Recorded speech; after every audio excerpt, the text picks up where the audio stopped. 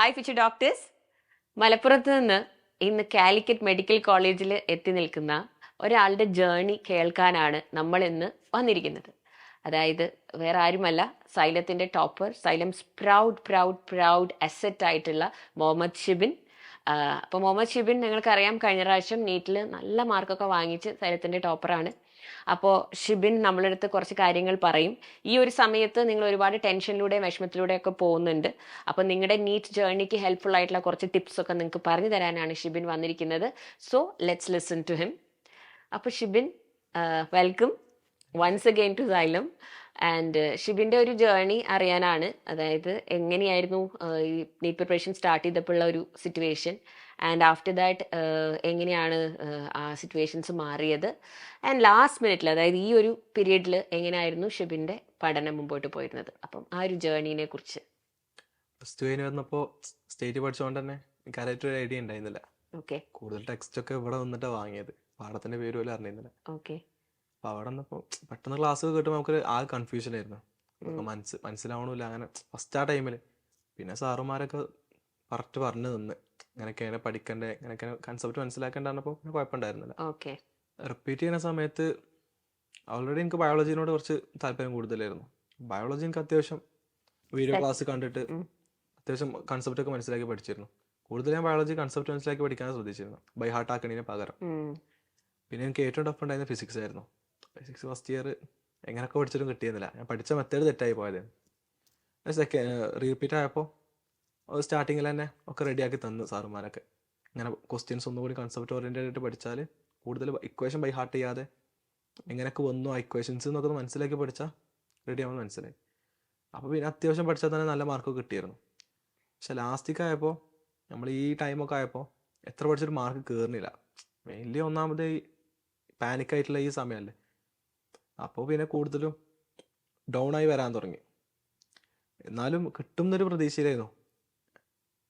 ഒരുപാട് പെൻഡിങ് ഉണ്ടായിരുന്നു എനിക്ക്, അല്ലെങ്കിൽ LMRP സ്റ്റാർട്ട് ചെയ്തപ്പോൾ ഒരു 21 പാഠത്തിന്റെ അടുത്തുണ്ടായിരുന്നു പെൻഡിങ്. ഒരുപാടുണ്ടായിരുന്നു. ചില പാഠങ്ങൾ കംപ്ലീറ്റ്ലി ഉണ്ടായിരുന്നു, ചില പാഠങ്ങൾ പാർട്ടിലേറ്റും. അപ്പോൾ ഞാൻ തീർക്കാൻ പറ്റുന്നൊരു പ്രതീക്ഷയിലായിരുന്നു. എങ്ങനെയും ഇപ്രാവശ്യം വാങ്ങണം എന്നൊരു വാശിയായിരുന്നു.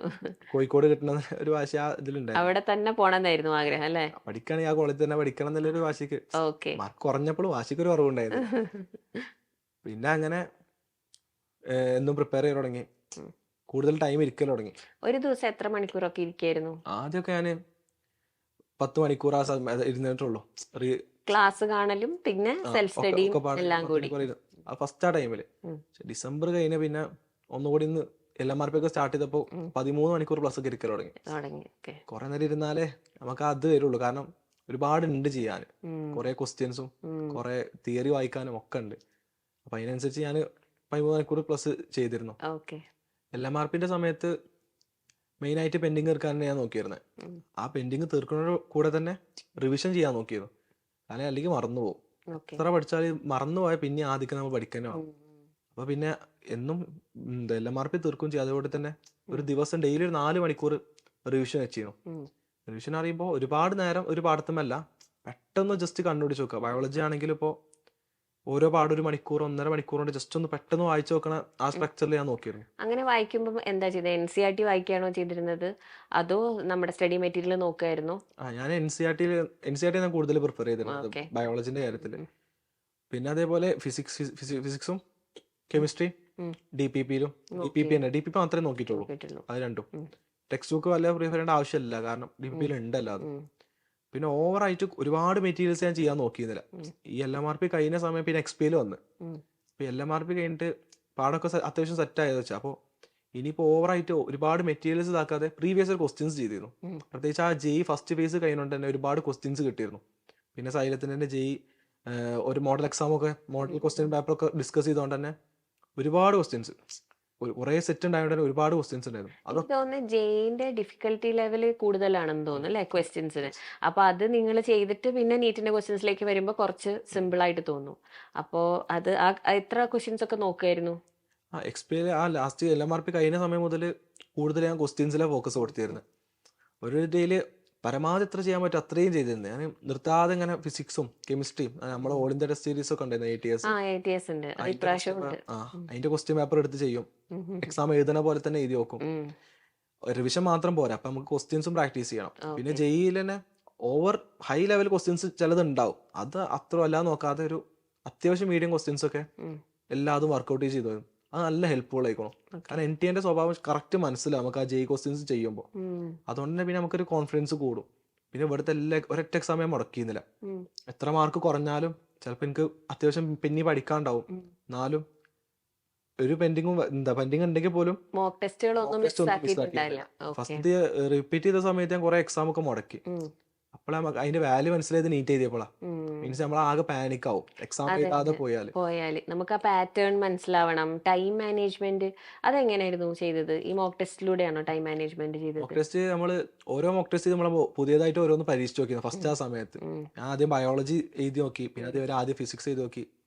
അപ്പൊ ഓരോരുത്തർക്ക് സെറ്റ് ആവുന്ന രീതിക്ക് തന്നെ. പിന്നെ അതേപോലെ ഇങ്ങനെ ഒക്കെ ഒരു ടൈമിൽ തന്നെ മാർക്ക് ചെയ്യുന്നതിന് പകരം ഒരു ക്വസ്റ്റ്യൻ തെറ്റ് അപ്പൊ തന്നെ മാർക്ക് ചെയ്യുന്നത് കൂടുതൽ നല്ലത്. കാരണം ജസ്റ്റ് തെറ്റിപ്പോയാൽ തന്നെ ഒക്കെ പോകും. അങ്ങനെ ഓരോ കാര്യങ്ങളും മനസ്സിലാക്കാൻ പറ്റി. പിന്നെ ഡിസ്ട്രാക്ഷൻ ഇല്ലാതെ എക്സാം എഴുതാ ഒക്കെ നമ്മൾ ഈ എക്സാം പഠിക്കും. നമ്മൾ പ്രാക്ടീസ് ചെയ്ത് പോകുമ്പോൾ നമുക്ക് പല കാര്യങ്ങളും എന്താ പറയാ, പിന്നെ നമ്മൾ എക്സാം ഹോളിൽ ഫേസ് ചെയ്യുന്ന പല കാര്യങ്ങളും നമ്മൾ മോക്ക് എക്സാം ഹോളിൽ ഓൾറെഡി എക്സ്പീരിയൻസ് ചെയ്തിട്ടുണ്ടാവുമല്ലോ. അപ്പൊ നമുക്ക് അതൊരു ഫസ്റ്റ് ടൈം ഒരു ഷോക്ക് ആവില്ല അല്ലെ? ഇവിടുത്തെ എക്സാം പറഞ്ഞാൽ കറക്റ്റ് നീറ്റ് മോഡൽ തന്നെ കറക്റ്റ് സമയത്ത് തരും, അതേപോലെ വാങ്ങും. അതുകൊണ്ട് തന്നെ അത്യാവശ്യം മനസ്സിലായി നീറ്റ് എക്സാം നമുക്ക്. പിന്നെ ലാസ്റ്റ് ആയപ്പോൾ സാച്ചുറേറ്റഡ് ആയിക്കോ, ഒരുപാട് എക്സാം ചെയ്ത് സാച്ചുറേറ്റഡ് ആയി. പിന്നെ മാർക്കൊക്കെ ആ ലാസ്റ്റ് ആയപ്പോൾ മാർക്കൊക്കെ നല്ല ഡൗൺ ആയിരുന്നു. ലാസ്റ്റ് മിനിറ്റില് ശ്രദ്ധിച്ചോളൂ, മാർക്ക് കുറവായിരുന്നു. ഇപ്പൊ ഉള്ള ഏറ്റവും വലിയ പ്രശ്നമാണ് അത്. മോക്കില് മാർക്ക് കിട്ടുന്നില്ല, ഡ്രോപ്പ് ചെയ്താലോ എന്നൊക്കെ ഓർത്തിട്ട് ഇങ്ങനെ ഓർത്ത് ടെൻഷൻ അടിക്കുന്ന കുറെ പേരുണ്ട്. അത് കുറച്ച് മാർക്ക് കുറയണ നല്ലതാണ്. കാരണം അപ്പൊ നമുക്ക് തോന്നും നമുക്കൊക്കെ അറിയാന്നുള്ളൊരു മൈൻഡ് വരും. ഇങ്ങനെ മാർക്ക് കുറയുമ്പോൾ നമുക്ക് മനസ്സിലാവും നമുക്കൊന്നും അറിയില്ല, ഇനി കുറെ പഠിക്കാണ്ട്. അപ്പൊ ഒന്നുകൂടി വർക്ക് ചെയ്യൽ തുടങ്ങും. പിന്നെ മറ്റു മാർക്ക് കുറഞ്ഞ സമയത്തും എങ്ങനെയും കോഴിക്കോട് തന്നെ എത്തണം എന്നുള്ള വാശിക്ക് മാർക്ക് കുറഞ്ഞ വാശിയായിരുന്നു അല്ലെ, CMC തന്നെ പഠിക്കുള്ളൂ എന്നുള്ളത്. അപ്പോ അങ്ങനെ ആയപ്പോ പിന്നെ കൂടുതൽ വർക്ക് ചെയ്യൽ തുടങ്ങി. മെല്ലെ മെല്ലെ കയറി വന്നിട്ടുള്ളൂ, പെട്ടെന്ന് ഒരിക്കലും കയറൂല. നമ്മൾ ഈ സങ്കടപ്പെട്ടിരുന്ന അതിനെ നേരം ഉണ്ടാവുള്ളൂ. എന്തായാലും പഠിക്കണം. ഒന്നുകിൽ നമുക്ക് സങ്കടപ്പെട്ടിരുന്ന് പഠിക്കാം, അല്ലെങ്കിൽ എന്തായാലും നമുക്ക് സമാധാനത്തോടിരുന്ന് പഠിക്കാം. ലാസ്റ്റിക്ക് ഞാൻ ഒരു മിസ്റ്റേക്ക് ബുക്ക് ഉണ്ടാക്കിയിരുന്നു. അപ്പോൾ മിസ്റ്റേക്ക് അനാലിസിസ് ഞാൻ അതിലേക്ക് ചോദിക്കാൻ വരികയായിരുന്നു അത്. കാരണം ഞാൻ എല്ലാ പ്രാവശ്യവും പറഞ്ഞു കൊടുക്കുന്ന കാര്യമാണ് മിസ്റ്റേക്ക് ബുക്ക് മെയിൻറ്റെയിൻ ചെയ്യുക, മിസ്റ്റേക്ക് അനാലിസിസ് ചെയ്യാന്നുള്ളത്. അപ്പൊ അത് ഞാൻ വെരി ഹാപ്പി അത് ഷിബിൻ ചെയ്യുന്നുണ്ടായിരുന്നു എന്ന് കേൾക്കുന്നത്. I am very happy. അതിനെക്കുറിച്ച് ഒന്ന് പറഞ്ഞോളൂ. ഒന്നുമില്ല, ഒരു എക്സാം എഴുതുമ്പോൾ എന്തായാലും നമുക്ക് മിസ്റ്റേക്സ് വരും. അത് നമ്മളിപ്പോൾ എത്ര പഠിച്ച ആളാണെങ്കിലും സില്ലി മിസ്റ്റേക്സ്. ജസ്റ്റ് ഒരു വേർഡ് നോ കണ്ടില്ല, നോട്ട് കണ്ടില്ല. പ്രത്യേകിച്ച് ബയോളജിയിലൊക്കെ നോട്ട് കണ്ടില്ല, അത് നമുക്ക് എപ്പോഴും മിസ്സാവും. അപ്പൊ ഞാൻ എന്താ എപ്പോഴും ചെയ്തതെന്ന് വെച്ചാൽ, ഒരു എക്സാം കഴിഞ്ഞു വന്നാൽ ആ എക്സാമിനെ പറ്റി റിസൾട്ട് ഒരു ദിവസം വരുമല്ലോ, അതിന്റെ അനാലിസിസ് ചെയ്തിട്ട് എനിക്ക് എവിടൊക്കെ എത്ര മാർക്ക് പോയി, ഫിസിക്സിന് എത്ര മാർക്ക്, കെമിസ്ട്രിക്ക് എത്ര, ബോട്ടണിക്ക് സുവോളജിക്ക് എത്ര. എന്നിട്ട് ഞാൻ അതിന്റെ അടിയിൽ എഴുതി വെച്ചിരുന്നു എന്തുകൊണ്ടൊക്കെയാണ് ഈ മാർക്ക് പോയത്. ഒന്നാം ശ്രദ്ധയേക്കരം, അതിക്ക് ടൈം ഇല്ലാത്തതുകൊണ്ടേക്കരം, വായിച്ചത് തെറ്റിയതേക്കരം. അങ്ങനെ ഓരോ റീസൺസ് ഉണ്ടാവും അവിടെ. ഓരോ ക്വസ്റ്റ്യൻ തെറ്റിയതിന്റെ റീസൺ മൊത്തം ഒരു ഇതിൽ എഴുതി വെച്ചിരുന്നു. അപ്പോൾ പിന്നെ ഈ റീസണ് മാറ്റി വരുമ്പോൾ അടുത്ത പുതിയ റീസൺസ് വരും. അങ്ങനെ പുതിയ റീസൺസ് വന്ന് ലാസ്റ്റ് റീസൺസേ ഉണ്ടാവാതാവും. എല്ലാം റെക്ടിഫൈ ചെയ്ത് വരുമ്പോൾ അതാണ് ഞാൻ എപ്പോഴും പറയുന്ന കാര്യമാണ് മക്കളെ, നമ്മുടെ മിസ്റ്റേക്ക് നമ്മൾ റിപ്പീറ്റ് ചെയ്യാണ്ടിരുന്നാൽ നമുക്ക് മാർക്ക് കിട്ടൂലോ. ഒരുപാട് മാർക്ക് അങ്ങനെ കിട്ടും. മിസ്റ്റേക്ക് കൊണ്ട് തന്നെ ഒരുപാട് മാർക്ക് നമുക്ക് പോവാൻ ചാൻസ് ഉണ്ട്. അല്ലാണ്ട് everything is not about concept knowledge I believe. കാരണം ഒരുവിധ സിലബസ് ഒക്കെ നിങ്ങൾക്ക് ആ സമയം ആവുമ്പോഴേക്കും സെറ്റ് ആയിട്ടുണ്ടാവും. പക്ഷെ പിന്നെ വരുന്നത് നെഗറ്റീവ് മാർക്കിംഗ് വരുന്നത് നിങ്ങൾ ഉണ്ടാക്കുന്ന ഈ മിസ്റ്റേക്സ് കൊണ്ടാണ് അല്ലെ. പിന്നെ പ്രീവിയസ് ഇയർ ക്വസ്റ്റ്യൻസ് റെഫർ ചെയ്ത ഒരു പാറ്റേണും എങ്ങനെ ചെയ്തിരുന്നു എന്നൊക്കെ ഉള്ളതൊന്ന് പറയോ? പ്രീവിയസ് ഇയർ ക്വസ്റ്റ്യൻസ് ഒരു 2016 മുതലല്ലേ നീറ്റിന്റെ ക്വസ്റ്റ്യൻസും മറ്റേ APMT ക്വസ്റ്റ്യൻസ് ഒക്കെ ഞാൻ നോക്കിയിരുന്നു. പിന്നെ അതേപോലെ JEE മെയിൻസിന്റെ ക്വസ്റ്റ്യൻസ് അത്യാവശ്യം സ്റ്റാൻഡേർഡിലെ ക്വസ്റ്റ്യൻസ് നോക്കിയിരുന്നു. അത്രേ നോക്കിയിട്ടുണ്ടായിരുന്നു. പിന്നെ നമ്മളെ ഓൾ ഇന്ത്യ ടെസ്റ്റ് സീരീസും പിന്നെ നമ്മളെ ടാബിൽ ഒരുപാട് ക്വസ്റ്റ്യൻസ് ഉണ്ട്. നമ്മൾ ഒരുപാട് റെഫർ ചെയ്ത് വലിയ ഗൈഡിക്കൊന്നും പോകുന്നതിന് പകരം ടാബ് ക്വസ്റ്റ്യൻസ് ഒക്കെ ചെയ്തിട്ട് പോയാൽ അതിൽ തന്നെ ടോപ്പിക് വൈസ് ഉണ്ട്, സബ് ടോപ്പിക് വൈസ് ഉണ്ട്. പിന്നെ അതേമാതിരി ഓൺലൈൻ JEB അങ്ങനെ കുറെ എക്സാംസ് ഉണ്ട് അതിൽ. അത് ചെയ്യുമ്പോൾ തന്നെ ഒരു 10,000-15,000 ക്വസ്റ്റ്യൻ ആവും. അതെ, നമ്മുടെ ആ ഒരു സമയത്ത് ഫൈനൽ റിവിഷന് വേണ്ടി മാത്രം നമ്മൾ 6000+ ക്വസ്റ്റ്യൻസ് ആയിരുന്നു ചെയ്തിരുന്നത്. അത് കൂടാതെ എല്ലാ എക്സാമും കൂടെ കൂട്ടുമ്പോൾ കറക്റ്റാണ് ഒരു 10,000ഓളം ക്വസ്റ്റ്യൻസ് നിങ്ങൾ ചെയ്തിട്ട് പോകുന്നുണ്ട്. അപ്പോൾ എനിക്ക് തോന്നുന്നത് നീറ്റ് ശരിക്കും പറഞ്ഞിട്ടുണ്ടെങ്കിൽ ഒരു അണ്ടർ റേറ്റഡ് ആയിട്ട് തോന്നിയോ? അതായത് എക്സാം ക്വസ്റ്റ്യൻ പേപ്പർ കണ്ടപ്പോഴേക്കും എന്താ പറയുക, ഞാൻ പ്രതീക്ഷിച്ചത് ഇതൊന്നും അല്ലായിരുന്നു എന്നുള്ളൊരു തോന്നിയോ? നമ്മളെ സൈലത്തെ ക്വസ്റ്റ്യൻസ് ഒക്കെ അത്യാവശ്യം നല്ല സ്റ്റാൻഡേർഡ് ക്വസ്റ്റ്യൻസ് ആയിരുന്നു. ഉം. അപ്പോൾ നമ്മൾ ഇത് പ്രതീക്ഷിച്ചാണ് നീറ്റിന് പോയത്. ഉം. പക്ഷെ ബയോളജി ഒക്കെ ഭയങ്കര ഈസി ആയിരുന്നു. അത് Okay. ഓരോ സമയത്ത് ഓരോ പോലെ ആയിരിക്കും. പക്ഷെ നമുക്ക് കോൺഫിഡൻസ് വന്നു എക്സാം എഴുതുമ്പോൾ തന്നെ. എക്സാം എഴുതി കഴിഞ്ഞപ്പോൾ എനിക്ക് ഉറപ്പായി കിട്ടും എന്ന് ഉറപ്പായി. മീൻസ് അത്ര ഒരു നമ്മൾ ഈ സാച്ചുറേറ്റ് ആയി പോയി. വൺ ലാസ്റ്റ് തിങ് ഇപ്പോഴാണ് എനിക്ക് ഓർമ്മ വന്നത്, ഈ ടൈം മാനേജ്മെന്റിന്റെ കാര്യം. അതായത് ഈ നമ്മൾ ഇനി അങ്ങോട്ട് ഇവർക്ക് 180 മിനിറ്റ്സ് ആണ് എക്സാം, പക്ഷെ അതായത് 3 മണിക്കൂർ, പക്ഷെ 3 മണിക്കൂർ ആവില്ല, 160 മിനിറ്റ്സ് ഒക്കെ അല്ലേ ശരിക്കും കിട്ടുള്ളൂ. കുറച്ച് സമയം അത് ഇതൊക്കെ ആയിട്ട് പോകുമല്ലോ.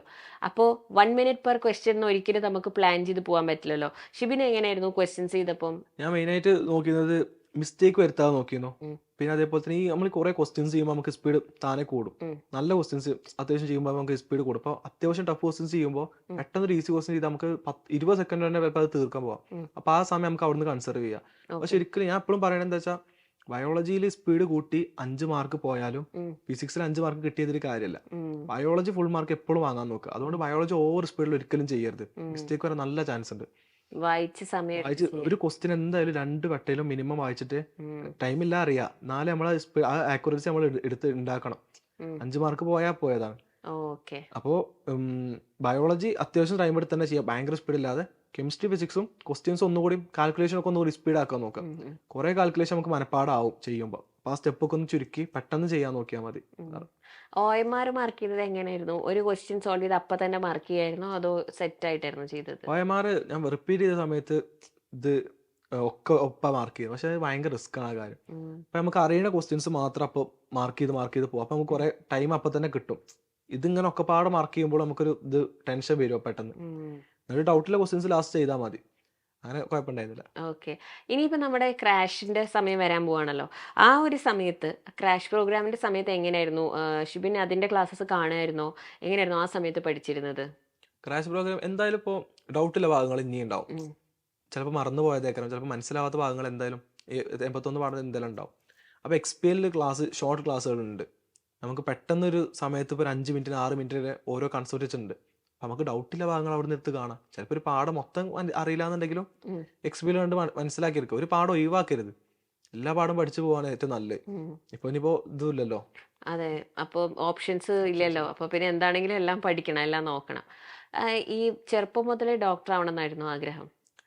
ചെറുപ്പം മുതലേ ആഗ്രഹത്തിലായിരുന്നു. ഉമ്മാന്റെ ആഗ്രഹം പിന്നെ എനിക്ക് വന്നതാണ്. ഓക്കെ. ഉമ്മക്ക് മോൻ ഡോക്ടർ ആവണമെന്നായിരുന്നു ആഗ്രഹം. ഓക്കെ. വീട്ടിൽ വേറെ ഉള്ളവരൊക്കെ ആരെങ്കിലും ഡോക്ടേഴ്സ് ഉണ്ടോ? ഇല്ല, ഞങ്ങളവിടെ അല്ലാതെ അങ്ങനെ ധൈര്യമില്ല. ഫസ്റ്റ് ഡോക്ടറാണ്. ഓക്കെ. അപ്പോ പിന്നെ എന്തുകൊണ്ടാണ് കോഴിക്കോട് മെഡിക്കൽ കോളേജ് തന്നെ വരണമെന്ന് ഇത്ര വാശി? എനിക്ക് മെയിനായിട്ട് കോളേജ് ലൈഫും പിന്നെ ഞാൻ 10ാം ക്ലാസ് കഴിഞ്ഞ ആ സമയത്ത് തന്നെ മെഡിക്കൽ കോളേജിനെ പറ്റി അറിഞ്ഞ് വീഡിയോസൊക്കെ കണ്ട് എനിക്കെന്തോ ഇഷ്ടമായി കോളേജ്. നാട്ടിൽ തന്നെ പഠിക്കണം എന്നൊരു ഇതുണ്ടായിരുന്നു, ആഗ്രഹമുണ്ടായിരുന്നു. കാരണം ഷിബിന്റെ സ്കോർ വെച്ചിട്ട് എയിംസിലൊക്കെ നോക്കായിരുന്നല്ലോ, അവിടെ വേണേലും കിട്ടായിരുന്നു. പക്ഷെ എവിടെയും പോകണ്ട, you wanted to be in Kerala itself അല്ലേ? ഓക്കെ. ഇപ്പൊ എങ്ങനെയുണ്ട് അവിടുത്തെ എക്സ്പീരിയൻസ് പറയൂ. കോളേജ് എന്ന് പറയുമ്പോൾ ഒരു വേറെ തന്നെ ലോകമാണ്. നമ്മൾ ഈ നീറ്റ് പഠിച്ച് ആകെ പിരാന്തായി പോകുമ്പോൾ നല്ലൊരു സ്ട്രെസ് റിലീഫാണ് അവിടെ പോയാൽ. പഠിക്കാൻ ഒരുപാടുണ്ട്. പക്ഷെ നമുക്ക് ഈ ഒരു ടെൻഷൻ ഉണ്ടാവില്ല. ഒരുപാട് ടെൻഷൻ അടിച്ച് നീറ്റിന്റെ ടെൻഷൻ അടിക്കുമ്പോൾ ഒരിക്കലും അവിടെ അങ്ങനെ ഇടങ്ങാറാവേണ്ട ആവശ്യമില്ല. എക്സാം ആകുമ്പോൾ ഒന്ന് പഠിക്കണം എന്നല്ലാതെ കുഴപ്പമൊന്നുമില്ല. ക്യാമ്പസ് ലൈഫ് എൻജോയ് ചെയ്യുന്നുണ്ട് ഒരുപാട്. യെസ്. അപ്പൊ ഈ സമയത്ത് എല്ലാവരും ഭയങ്കര ടെൻഷനിലിരിക്കുന്ന സമയമാണ്. ലാസ്റ്റ് മിനിറ്റിൽ ഇനി പഠിച്ച മാർക്ക് കിട്ടുമെന്ന് സംശയമുള്ളവരുണ്ട്. അപ്പൊ അങ്ങനെയുള്ളവരോടൊക്കെ എന്താണ് ഷിബിന് പറയാനുള്ളത്? ലാസ്റ്റത്തെ 2 മാസം നമ്മൾ മെന്റലി അത്രയും ഡൗൺ ആവാൻ പറ്റിയ ടൈമാണ്. മാക്സിമം എങ്ങനെയും പിടിച്ച് നിൽക്കാൻ നോക്കുക. 2 മാസം ഉണ്ട്, ഒരുപാട് നമുക്ക് കാര്യങ്ങൾ തീർക്കാൻ പറ്റും 2 മാസം കൊണ്ട്. വെറുതെ ടെൻഷൻ അടിച്ച് സമയം കളയാതെ എന്തായാലും നമ്മൾ എക്സാം എഴുതി തന്നെ വേണം. അപ്പോൾ ആ മാക്സിമം പ്രിപ്പയർ ചെയ്യാൻ നോക്കുക. പിന്നെ അതേപോലെ തന്നെ നമുക്ക് അറിയാത്ത പാഠങ്ങളുണ്ടെങ്കിൽ XPLന്റെയും ക്രാഷ് പ്രോഗ്രാമിൻ്റെ ഒക്കെ ക്ലാസ് കണ്ട് പ്രിപ്പയർ ചെയ്യുക. പിന്നെ അതേപോലെ തന്നെ എക്സാംസ് ഒരിക്കലും മുടക്കരുത്. പിന്നെ അതേപോലെ തന്നെ റിവിഷനും. എത്ര എക്സാം എഴുതിയാലും റിവിഷനും ചെയ്യണം. രണ്ടും ഒരേപോലെ കൊണ്ടുപോയാലേ നല്ലൊരു പ്ലാനോട് കൂടി മുമ്പോട്ട് പോകണം. നല്ല പ്ലാനോട് തന്നെ അത്യാവശ്യം ക്വസ്റ്റ്യൻസ് ഒക്കെ ലാസ്റ്റ് ചെയ്യാൻ വേണം. കാരണം നമുക്ക് അക്യുറസി സ്പീഡും എന്തായാലും വേണം. തിയറി മാത്രം വായിച്ചാലും കാര്യമല്ല. ഈ കാര്യങ്ങളൊക്കെ ഒന്ന് ശ്രദ്ധിക്കുക. അപ്പോൾ Shibin, thank you so much ഇങ്ങോട്ട് വന്നതിനും എക്സ്പീരിയൻസ് ഷെയർ ചെയ്യുന്നതിനും. ഷിബിൻ്റെ സ്റ്റോറി ഒരുപാട് പേർക്ക് ഹെൽപ്ഫുൾ ആയി എന്ന് വിചാരിക്കുന്നു. അടിപൊളി ഒരു ഡോക്ടറായിട്ട് വരട്ടെ. Wishing you all the very best.